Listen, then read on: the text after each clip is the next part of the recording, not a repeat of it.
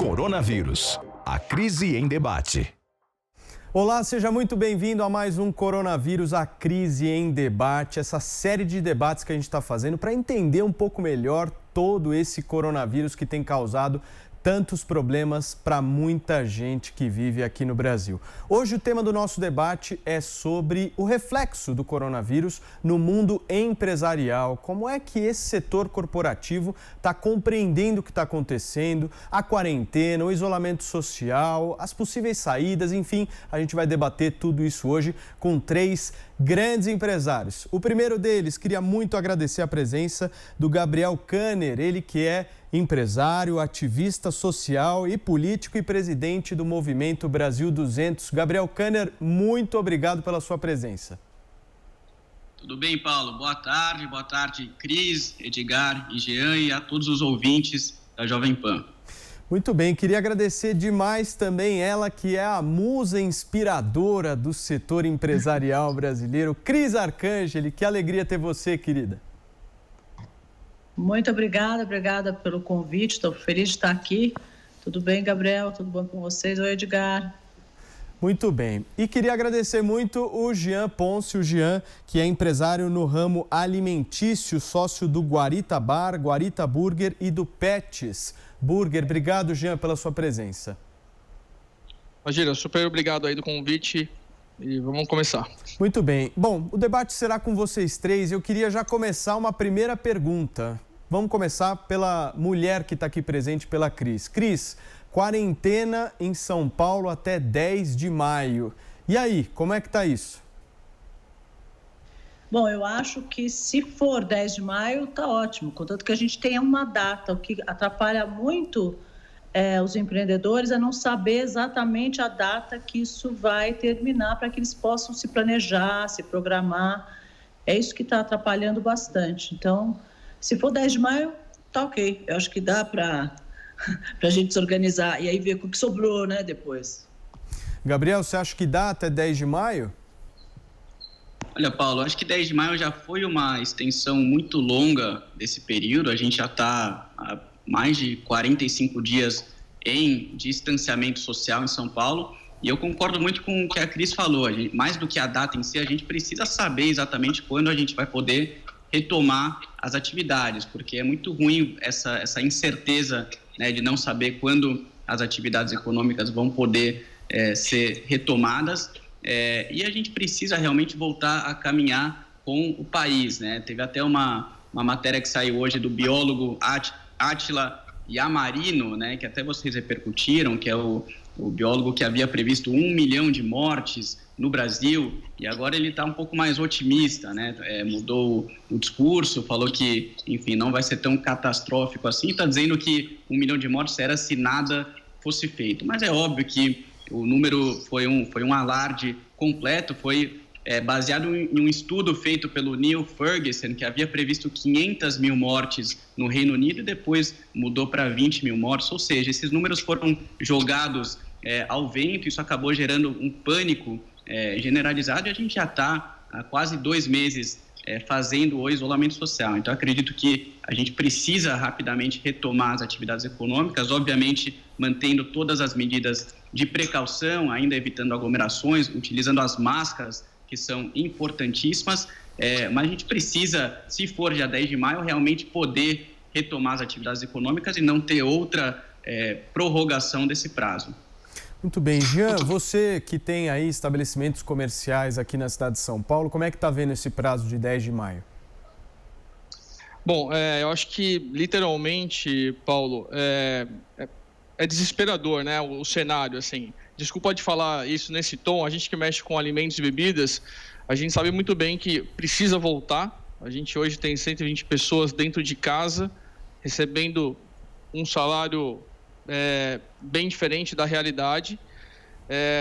O problema no nosso setor de alimentos e bebidas é que mesmo voltando dia 10, que eu acho que realmente precisa voltar, concordo com o que o Gabriel falou, com todas as medidas tomáveis, máscara, luva, distanciamento, o problema é que mesmo voltando, a gente sabe que a gente vai enfrentar meses e meses as pessoas não frequentando os lugares, né, ou a gente espera atender até o final de setembro pelo menos 15, 20% do que a gente atendia de uma casa cheia, né? Então, a gente vai ter que realmente se reinventar, que é o que a gente está fazendo com os deliveries, inventando os novos produtos, se reinventando, trazendo as pessoas para trabalhar com a gente, tirando as pessoas de dentro de casa também e colocando as pessoas para fazer ações pontuais, até para conseguir ter uma lucratividade. Tem um fato que a gente não pode tirar aqui, as pessoas estão em casa recebendo muito menos. Fora que nessa área de alimentos e bebidas, muita gente sabe que muitos empresários, não estou julgando, mas é um fato, muita gente está desempregada. Então, assim, é preocupante e hoje a gente tem 120 pessoas. A real é que por quanto tempo a gente consegue segurar essas pessoas se a gente não voltar o quanto antes a trabalhar e as pessoas não voltarem a frequentar os lugares? Essa é a nossa grande preocupação. Agora, Cris, aqui em São Paulo tudo indica que 10 de maio nós não teremos uma reabertura do comércio, né? Aqui o governo foi muito claro em relação a isso, de dizer que a partir de 10 de maio se iniciaria um processo em algumas cidades do estado que tivessem aí um número de leitos razoáveis, que tivesse um decréscimo do número de casos e que também tivesse um número baixo aí de mortes, né? E aí, acho que 10 de maio, pelo menos em São Paulo, na cidade de São Paulo, não vai ser. Como é que fica? Olha, eu acho bastante grave essas colocações de forma aleatória, sem muita objetividade. As pessoas precisam saber o que vai acontecer, a gente precisa ter um norte com dados, sabe? 10 de maio acontece isso, 20 de maio acontece aquilo, 30 acontece tal, 10 de junho, para que as pessoas se programem. É tremendamente importante isso, a nível de pessoal, de gente, porque assim, tudo que é pânico gera desemprego, que é o pior dos mundos, porque se a gente tiver desemprego, a gente acaba impactando o consumo, e se impactar o consumo, é um efeito dominó bastante prejudicial para a economia. Então, eu acho que o governo deveria se posicionar de uma forma um pouco mais transparente para que as pessoas possam se organizar. Então, São Paulo é o pulmão do Brasil, nós precisamos voltar, tem muitas empresas, como o Jean disse, desesperadas, pessoas desesperadas. Cada dia que eu ando na cidade, mais pontos eu vejo fechando.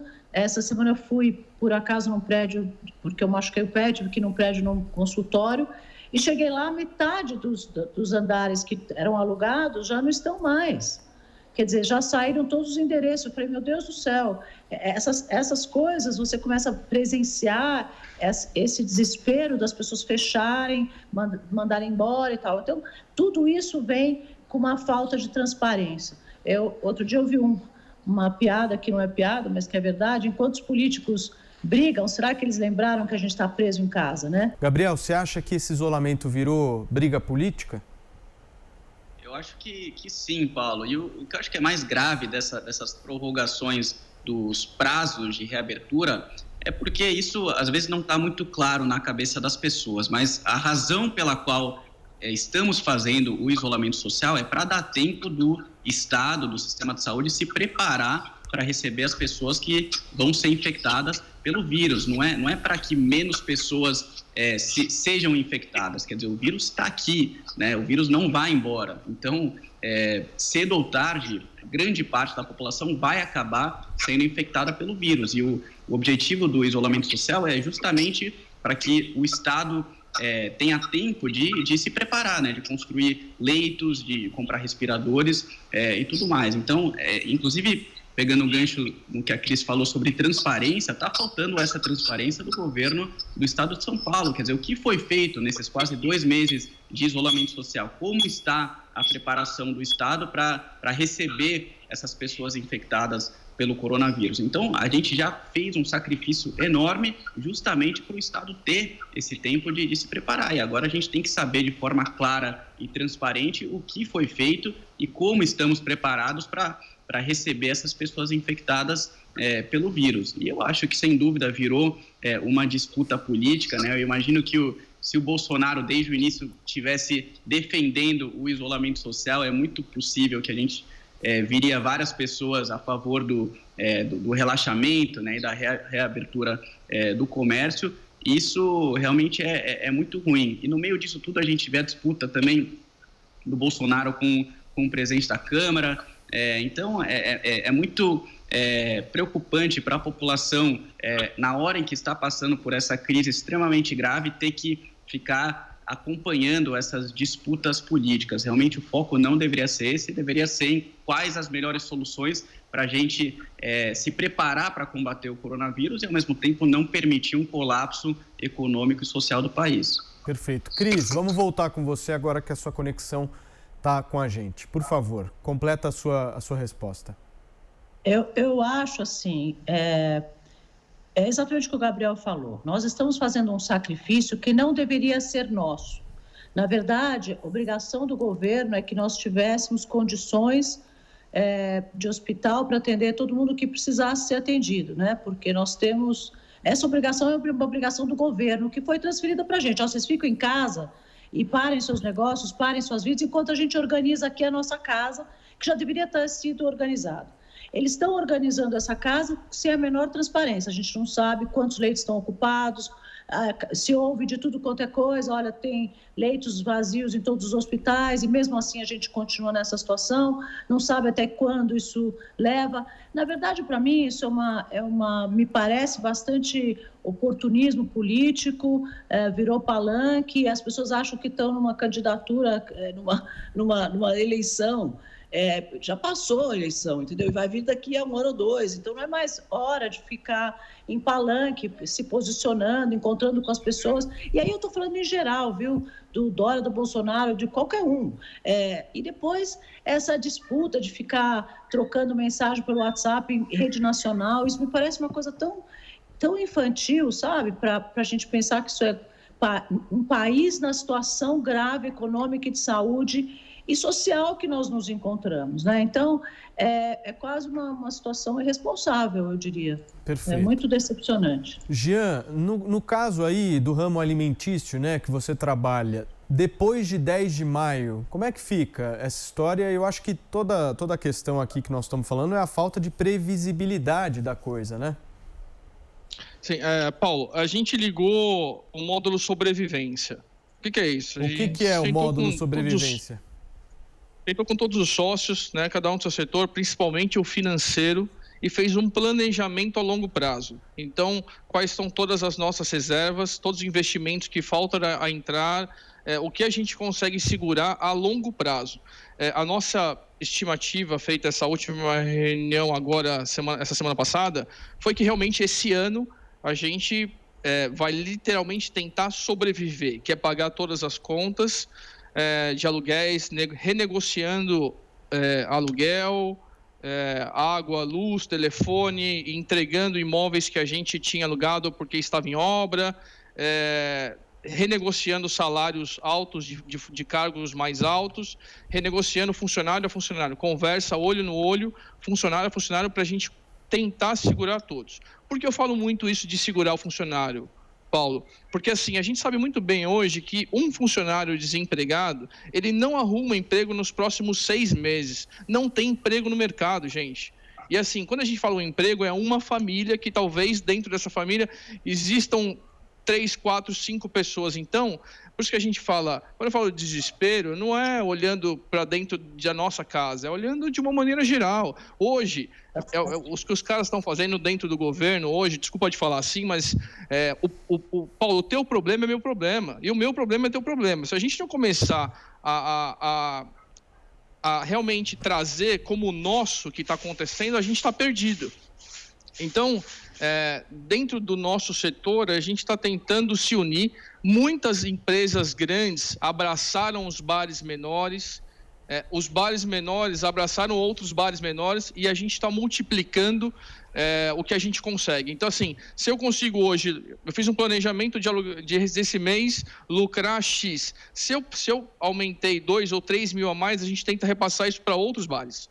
porque a gente multiplicou os problemas e está tentando se ajudar, porque a gente sabe de fato, Paulo, é que isso vai passar de dia 10 para a gente, é simbólico. Vai durar muito mais que isso, né? Vai ter um pico, depois eu acho que vai ter outro pico e depois vai ter outro. Infelizmente, a gente sabe que isso vai levar tempo.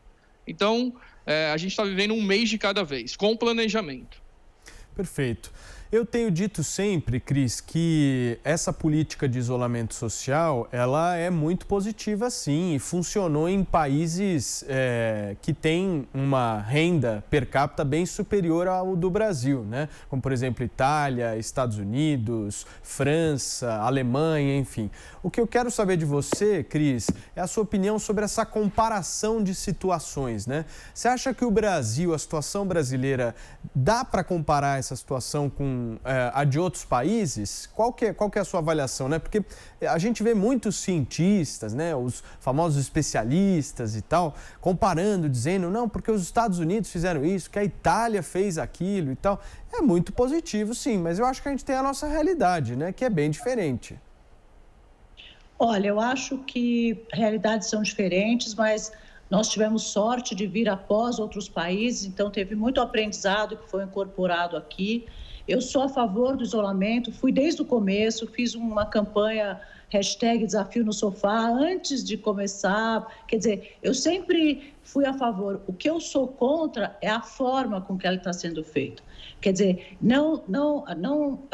a gente não está sendo ouvido. Você vê, o que o Jean está dizendo aqui é tremendamente importante. Eu não sei até que ponto o governo tem ciência da situação. Quer dizer, não estou vendo os empresários serem chamados na mesa para conversar. Eu vejo alguns poucos representantes, mas isso muito em pequena escala. E a organização disso, a forma disso, o planejamento disso, para mim, tá mal feito, entendeu? Sinceramente, acho que faltou, volto a dizer, transparência e planejamento, porque se você tiver transparência e planejamento, as pessoas se organizam. Porque os empresários se adaptam. O brasileiro já está acostumado com crise, nós já vivemos muitas crises, infelizmente, nesse país, e nós temos já esse nosso jeito da gente se adaptar. Mas precisa ter regras claras e a situação bastante clara para que a gente consiga se organizar. Do jeito que está hoje, nós estamos vivendo o dia. Foi o que eu já falou, eu sei hoje o que eu vou fazer, semana que vem eu não sei. Então, é difícil, porque quando você é pequeno e tem conta para pagar, você acaba se desesperando quando você não tem um futuro claro. E aí você acaba demitindo, que é isso. A pior coisa que pode acontecer agora é essa demissão em massa. E nós já tivemos, pelo que os números que eu andei lendo, quase 8 milhões de pessoas desempregadas nesse período, que é um número gigantesco, quase dobra o número que nós tínhamos antes dessa crise do coronavírus. Então, quase 1/3 da população de São Paulo, se você somar o que a gente tinha, os 12 milhões mais os 8, dá quase 20, mas é mais ou menos o que 1/3 da população de São Paulo. É gravíssimo, a gente pode ter uma situação social que aí vai ser muito pior do que a própria doença. Gabriel, o que você acha de fazer a mesma coisa que foi feita na Itália, Ctrl+C, Ctrl+V no Brasil? Olha, Paulo, inclusive até o diretor da OMS, né, a Organização Mundial da Saúde, que é tida como uma espécie de divindade aqui no Brasil por boa parte da imprensa e os especialistas, sendo que cometeu diversos equívocos desde o começo da pandemia, vários erros, omissões, né, junto com omissões da China, passou informações erradas logo no início, ali em janeiro, fevereiro. Então, a OMS não é essa divindade que dizem que ela é aqui no Brasil. Cometeu diversos erros, sim. Mas, mesmo assim, o diretor-geral da OMS disse que cada país tem que levar em consideração a sua realidade para tomar as suas decisões. Então, é óbvio que num país como o Brasil, de mais de 200 milhões de habitantes, com índices altíssimos de pobreza, não tem como a gente se basear em países europeus, né? Só você ir a uma favela aqui, vamos aqui na Zona Sul de São Paulo, né, no Capão Redondo, eu tenho ido bastante lá durante essa crise, fazer algumas ações sociais, entrega de cestas básicas e tudo mais.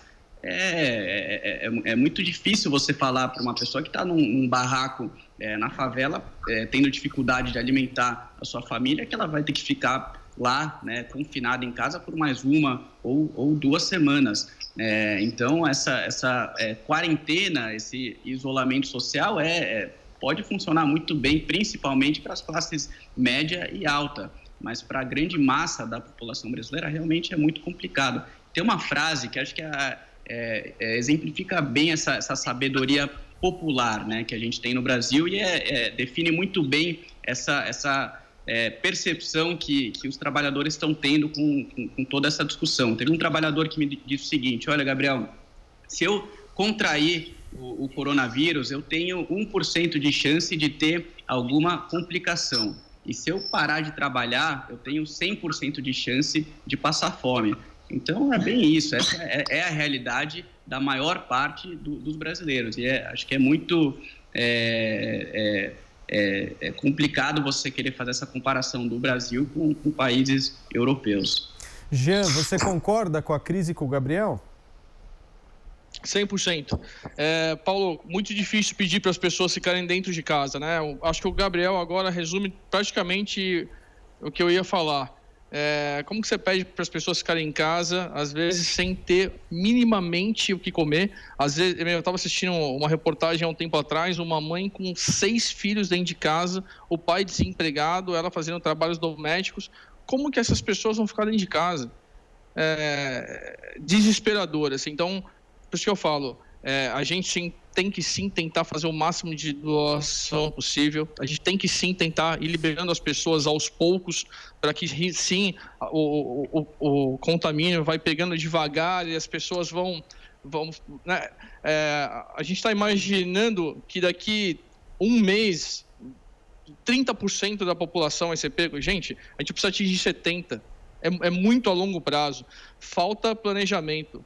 Tem muito problema errado acontecendo lá em Brasília e o foco está totalmente aonde não deveria estar, né? O exemplo sempre fala, o exemplo vem de cima. Cadê o exemplo do Brasil? Cadê o posicionamento? Não faz o menor sentido. Então, enfim, bom, é isso.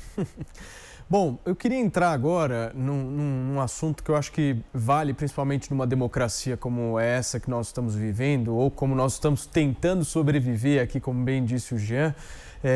Liberdades individuais, né? A gente tem visto uma série de autoridades aí, eu acho que passando um pouco do limite e do ponto, né? De exercer a sua autoridade para uma espécie de totalitarismo, de autoritarismo barato, né? No Brasil. Eu queria entender um pouco a avaliação de vocês, como é que vocês veem isso, né? Afinal de contas, eu acho que o conceito, né, de liberdade, o conceito democrático no país é um dos maiores, a gente sempre tem que primar por ele, né, Cris? O que você acha? Eu com certeza acho isso mesmo. Acho que eles estão sendo oportunistas, tentando, de alguma forma, eu não sei, porque no final esse oportunismo acabou virando um grande tiro no pé para todos eles, porque está tão transparente esse oportunismo, ficou tão transparente para a população, você vê pelos memes, pelos comentários, pelas coisas que você vê rodando pela internet. As pessoas estão percebendo isso. E isso está criando uma revolta muito grande em relação a essas pessoas que estão aí hoje. Outro dia, aquela brincadeira, esse aqui nunca mais se elege nem para síndico de prédio. Porque, se você pode ver pelo tom de nós três aqui, está todo mundo muito revoltado, né? Porque ocupou...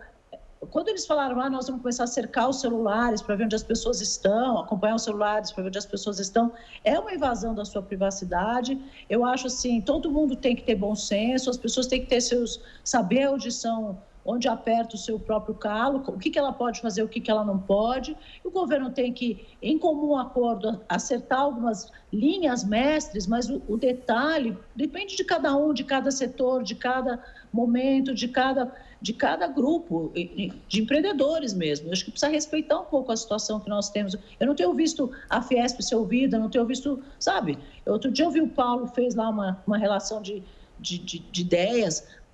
Não vejo ninguém falando, que legal suas ideias, então o que eu faço com relação a isso? Então não tem diálogo. Então, difícil, muito difícil. Gabriel, o que você acha aí de uma pessoa estar andando numa praça pública e ser presa, hein? Pois é, Paulo, acho que essa é uma discussão importantíssima, porque sempre ao longo da história, onde houve crises, né, dessa magnitude, o Estado sempre sai fortalecido, né? Isso é inevitável. Todos se voltam para o Estado para buscar as soluções, o Estado acaba crescendo em tamanho, em controle sobre os cidadãos. Isso acaba cerceando as liberdades individuais. É muito importante a gente bater muito nessa tecla, nós, liberais, conservadores, que sempre lutamos exatamente para poder exercer a nossa liberdade, poder ter o direito de ir e vir e fazer o que a gente bem entender, obviamente, se não estiver prejudicando outra pessoa. Nesses momentos de crise, a gente precisa estar muito atento, porque é um momento que o Estado vai querer ampliar o seu controle sobre a vida das pessoas. E é um absurdo, você vê vários casos, vídeos que viralizaram de pessoas andando nas praias ou nas praças e sendo abordadas de forma extremamente truculenta por autoridades locais. Então, isso é muito perigoso, né? A gente sabe que o Estado vai sair fortalecido dessa crise, mas a gente precisa estar sempre atentos e vigilantes para não permitir que as nossas liberdades sejam cerceadas, porque esse é o maior risco que a gente tem realmente no pós-crise, né? Da gente não conseguir recuperar essa liberdade. A gente vê o que também é muito perigoso, várias ideias socialistas agora ganhando força, como empréstimo compulsório de empresas, enfim, várias outras que começam a se tornar atrativas para muita gente num momento como esse. Então, a gente precisa se manter muito firme aos nossos ideais e aos nossos valores para não permitir que ideias péssimas, né, retrógradas, como ideias socialistas e essas ideias de controle da sociedade se tornem mais fortes durante esse momento. Jean, e aí? A bola está contigo. Bom, eu acho que o que é para um é para todos, né? Então, assim, liberdade de ir e vir sempre, falta bom senso. Hashtag ficar em casa, todo mundo dentro de casa. Eu acho que o que não pode ter é essa diferença. Se você está na Zona Sul, se você está na Zona Norte, não importa. A liberdade de ir e vir é para todos. O que não pode, e acontece muito, principalmente, eu acho que em São Paulo, é isso. Alguns bairros de São Paulo teve isolamento 100% e outros lugares não 100%, porque isso é muito difícil, né? Nossa população ela é gigante, mas existe muito essa diferença. Eu vou dar um exemplo que não tem muito a ver com a sua pergunta, Paulo, mas eu vou aproveitar. Nós desse setor de alimentos e bebidas, o nosso salário, ele foi para nosso salário da classe, a gente diminuiu 50%. Cadê o salário da galera do governo que continua recebendo 100%? Pô, eu soube de alguns deputados, entre outros, que diminuíram seus salários automaticamente. Gente, o que é para um é para todos. Isso precisa mudar. É o básico, essa visão, né? É o básico. Eu acho que assim, esse dinheiro eleitoral que precisa ir para a pandemia. Gente, isso não tinha nem estar em pauta. Eu fico, sem brincadeira, chocado. Porque assim, a gente que é empresário não ganha R$1 nos próximos meses. E está tudo bem, porque existe um planejamento. Um mínimo de um planejamento. Eu não vejo exemplo na República acontecendo. Eu sei, Paulo, desculpa até ir para esse caminho, eu sei que não foi pergunta, imagina. É revoltante, né? Quando a gente fala, as pessoas ficarem em casa e às vezes não têm minimamente o que comer e você está recebendo 30 mil por mês. Não faz sentido. Tipo, a gente está vivendo um retrocesso humano. A gente vive num dos países mais ricos do mundo, em turismo, em pessoas, em alimentos, em tudo. E não é possível, cara. Isso não é humano. As pessoas não se ajudarem minimamente. Revoltante. Gente, vamos falar agora de coisas boas. Desculpa, quer falar, Gabriel? Pode falar. Não? Vamos falar então de uma pauta positiva aqui. A gente tem visto boas ações, né, gente, vindas do mundo empresarial aí. Aliás, que merecem todo o nosso respeito, né? Porque são ações que estão ajudando, né, a conduzir essa crise da maneira como estão, né? Vocês três são três empresários, têm aí as suas empresas. Eu queria ouvir um pouco de vocês, o que vocês estão fazendo, né, das boas ações aí, o que vocês já fizeram ou estão fazendo ou pretendem fazer ainda nessa crise para ajudar as pessoas que mais precisam, os comerciantes mais próximos, enfim. Vamos começar pela Cris.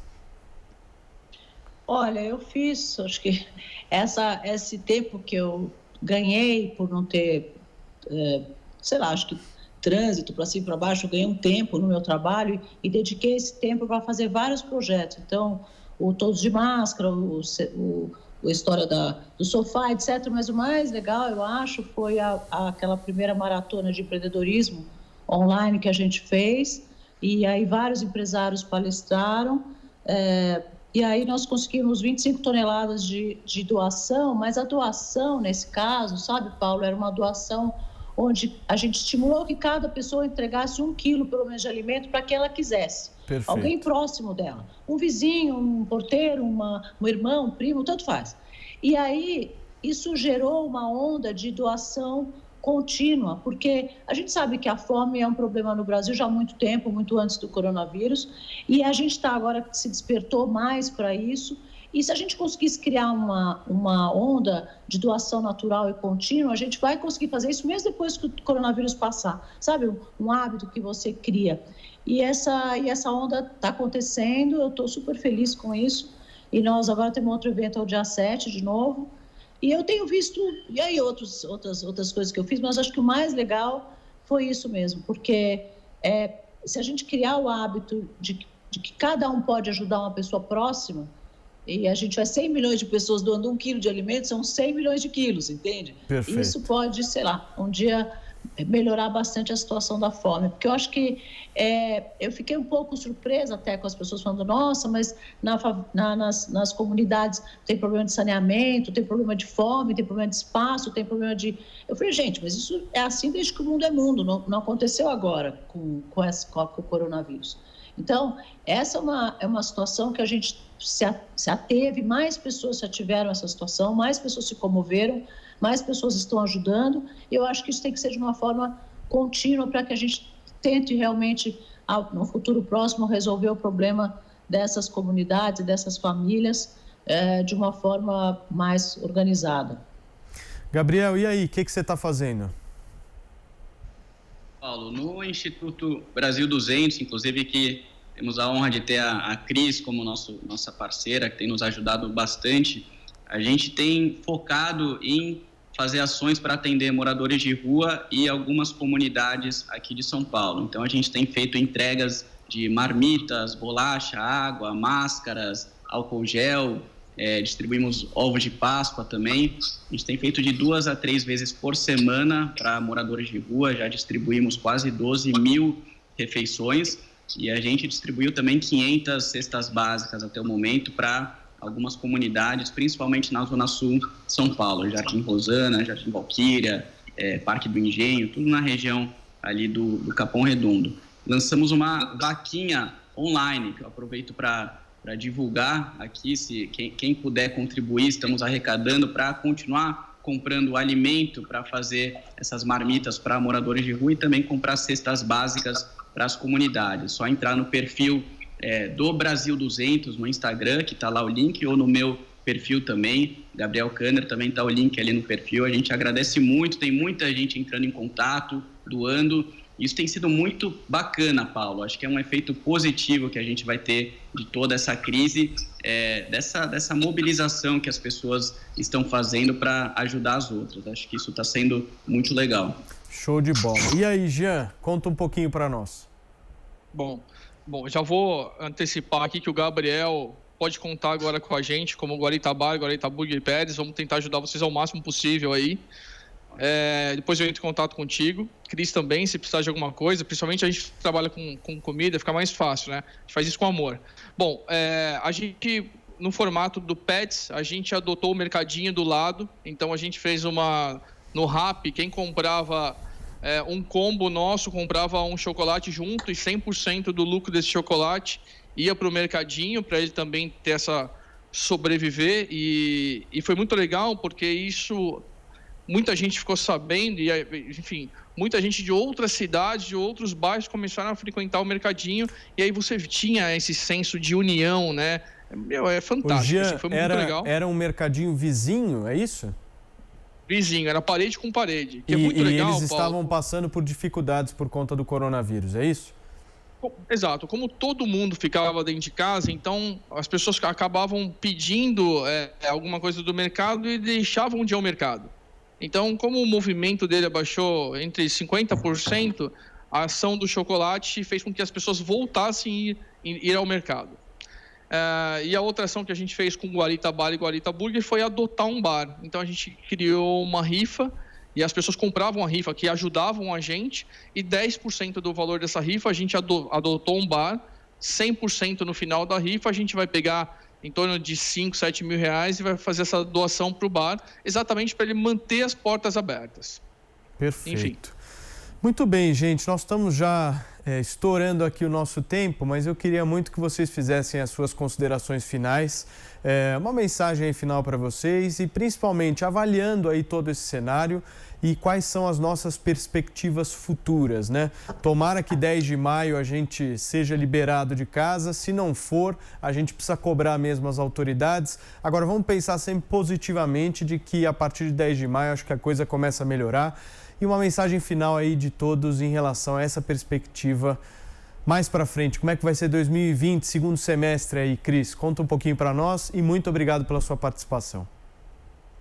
Obrigada, Paulo, de novo pelo convite. Olha, gente, eu sou brasileira, eu sou otimista, eu adoro o Brasil. Eu acho que esse aqui é o melhor país do mundo.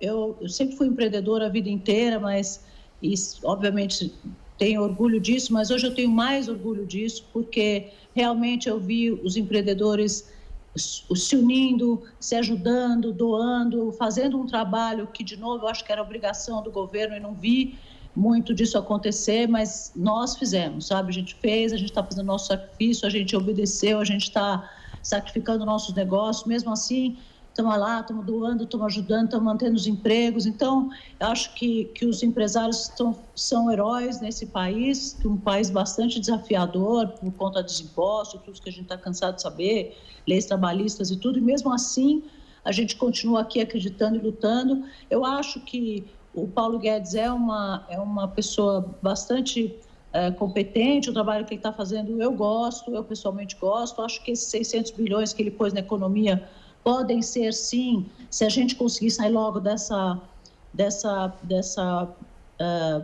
quarentena, a gente pode ter um efeito rebote interessante, como eu vi em alguns países isso acontecer. Tem alguns setores que estão indo muito bem, como agro, como alimentar, comércio e fabricação, farmacêutico. Então, tem alguns segmentos que estão indo bem, que vão ajudar a puxar essa corrente. E eu tenho certeza que nós, unidos, vamos conseguir vencer, como já vencemos outras, sei lá, acho que 10 crises que eu passei na vida. Já vi até a Zélia deixar a gente com 50 reais, né? Então, já aconteceu muita coisa nesse país. Eu tenho certeza que a gente vai sair dessa bem. A gente só precisa ter um pouco mais de transparência e mais condição de se planejar. Muito bem, Gabriel, valeu, cara. Obrigado, Paulo. Agradeço o convite. É claro que estamos passando por tempos muito desafiadores, mas em breve a gente vai poder retornar às nossas vidas, né? Retornar à normalidade. A gente vai precisar, para sair dessa crise e recuperar a nossa economia, né? Voltar rapidamente à agenda das reformas. Vamos precisar voltar a discutir a reforma administrativa, a reforma tributária, para a gente criar um ambiente de negócios mais propício ao empreendedorismo. É isso que a gente vai precisar no Brasil para colocar o país de volta nos trilhos do crescimento. A gente, por parte do Brasil 200, vamos continuar apoiando todas as iniciativas que visam o bem do país e trabalhando para que esse governo dê certo. Afinal de contas, estamos todos no mesmo barco e a gente precisa realmente trabalhar pelo sucesso do país e para que isso aconteça, esse governo, apesar de todas as disputas políticas e tudo que está acontecendo, precisa dar certo. Então, estamos todos juntos e vamos continuar trabalhando pelo nosso país.